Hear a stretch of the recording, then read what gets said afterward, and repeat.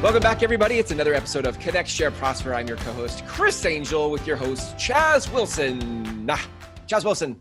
Man, you've been working on those announcements. Here we go. I just try stuff. I mix it up every now and then. I love it.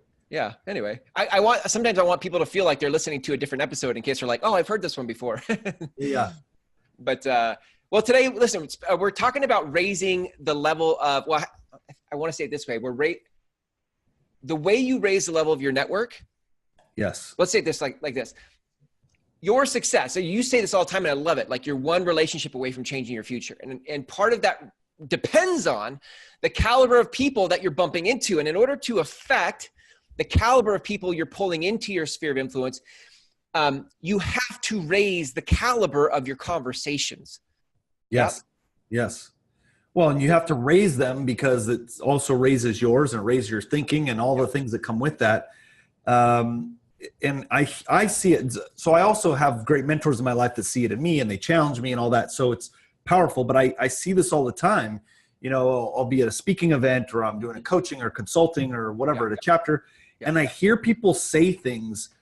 The number one thing I hear is them put themselves down, right? That I can't do that, or I tried that, or I'm trying to do this. It's like, well, hold on. What'd you just say? Yeah. Let's think about what you're saying. Because if you're saying it, you're thinking it. You're thinking it, it's going to become an action. Right. So we have to raise that level. And so I think it's all about who we look for to raise that. So who are you looking for, and how do you know you're raising your conversations, you know? Yeah, I feel like there's so many people that front with like the right answer. I used to call it like, don't give me the Sunday school answer. Like, when you like, okay, kids, who knows the answer? It's like, everybody's like, Jesus, my personal testimony. Like we like, there's the right answer that you give on Sunday school. Right. And then there's like the real answer. And I feel like part of people raising the caliber of their sphere is by getting honest. You don't have to have the right answer, but let me say it like this. In the hero's journey, right? Yes. Where you've lived long enough to have seen a lot of stuff. Like you've been successful, you've seen a lot of stuff. And by the time you get up here and you're hitting your return path back to the end of your life, like the second half of your life, you know what it sounds like when people are trying to give you the right answer. Mm-hmm. And actually what I look for now is, can people give me an honest answer? I prefer honesty over perfection. And so I can hear that. And if you want to raise your caliber with me, then I'm listening for, are you reflective? Do you think about your life? Do you have more questions than answers? I don't need more answers. I'm interested in people who question life, not have all the right answers for life. Do you know what I mean? Yeah. So it's funny when you say that. So I always think back to, like, my mom would always say, as a kid, I was in trouble at school because I'd always ask why. Like I say, well, we need to do this project. I'm like, why are we doing this? Why, like, what, why does this matter? Right. And I think, though, that served me well over time. I know it probably annoyed my teachers at school, but it served me well. Like, why are we doing this? Why is this important? And I think questioning things, or questioning the way you're doing something with people, or asking for feedback, and like you said, being honest with that, is where you raise those caliber. Like I say all the time to the team, if we're in here and you're just going to agree with everything I say, and not contribute to this, not challenge, and how do we plus this, we're not raising the level. Right. So, you can't be on the advisory teams if you're going to do that.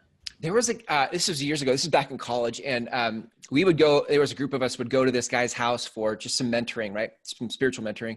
And he always had the most interesting questions. He was like, as you think about, like, from a spiritual mentor, you're like looking for, please teach me, like, give me some guidance, give me some wisdom. But he would always like, I'm really chewing on this verse like the last month.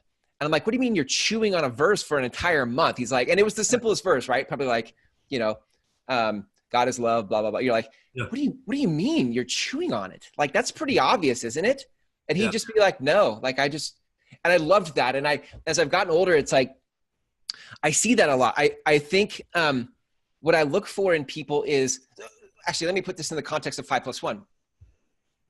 As people are reading 5+1, you could just like turn around and say to the world, oh guys, well in the book it says this. So this is obviously the answer. But how cool would it be if you started to ask really intelligent questions about what the book said in hopes of getting more shift perspectives and angles on it. And what would that do in generating a conversation out here? And big thinkers actually are more interested in the question than the answer.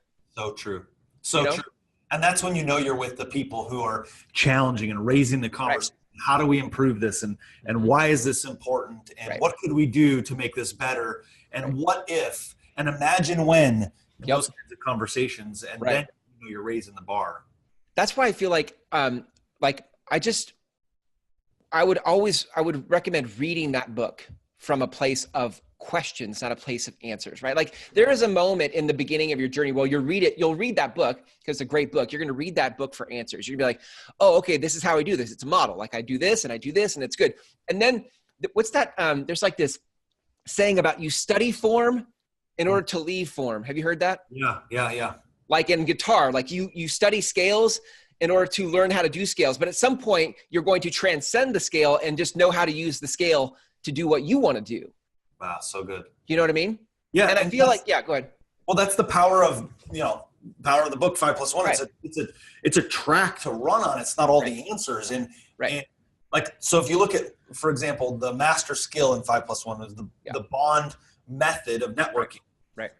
I get this a lot. So B is build on a common interest. And people go, how do I do that? Yeah, that's the right question. How do you do that? Mm-hmm. And then we start to discuss, well, how could I build on a common interest when I'm within this environment or this situation or whatever? Yes, that's the questions to be asking, because if you're asking the question, you're looking to improve the skill. If you just want me to tell you how to do it, you'll never internalize it, you'll never grow, and it'll never be something that becomes part of you. Right. Yeah. So good. Like so that's why I think when if I put this in the context of like growing a chapter, a Master Networks chapter, for example, mm-hmm. and that the group of people in your chapter will determine how much opportunity, because the higher caliber people that are in your chapter, the more opportunity is going to happen, because that's how big thinkers work, right? Yes. So in order to, my secret pet project, like what I really want for people in the country at Master Networks to do is to begin having conversations from this place, and less from the place of like, hey, come to my chapter and we have affiliate rewards. Affiliate rewards are amazing, right? Right. And affiliate rewards are a benefit and could be even better if the caliber of people that are in your chapter, like the real opportunity is not in the affiliate reward. That's a nice thank you from HQ, sure. Right? Yep. But the real reward is in the caliber of that network. And in order for that to happen, it has to start with you thinking through questions. You have to ask, so as you read the book, read it from a place of more questions. What does this mean? How does this work? Because the internalizing of that is going to show up in conversations out here, and people are going to be like, wow, like you really have deep thoughts about what this actually means.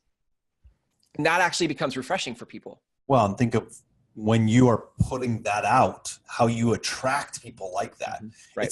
It's like a multiplying effect. Like totally, you start to raise that level of thinking. Now the challenge too, and sometimes we don't talk about this enough, is as you raise that caliber, sometimes you're leaving a place where you had certain people at, right? You've outgrown that.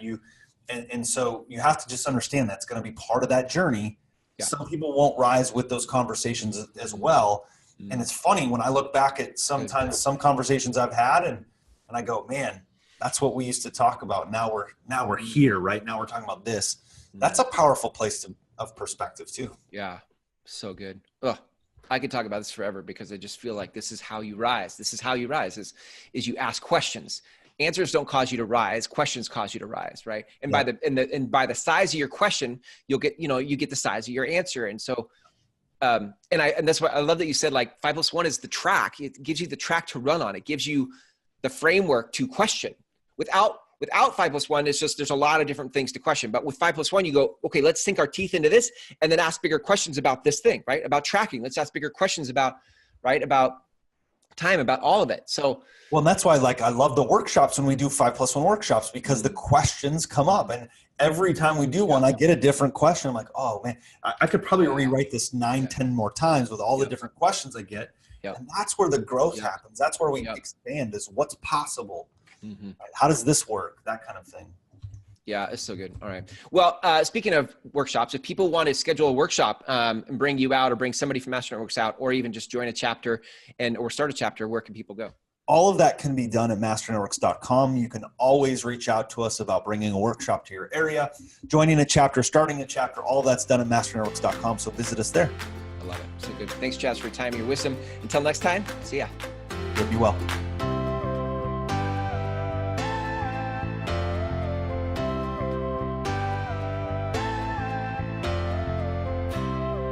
You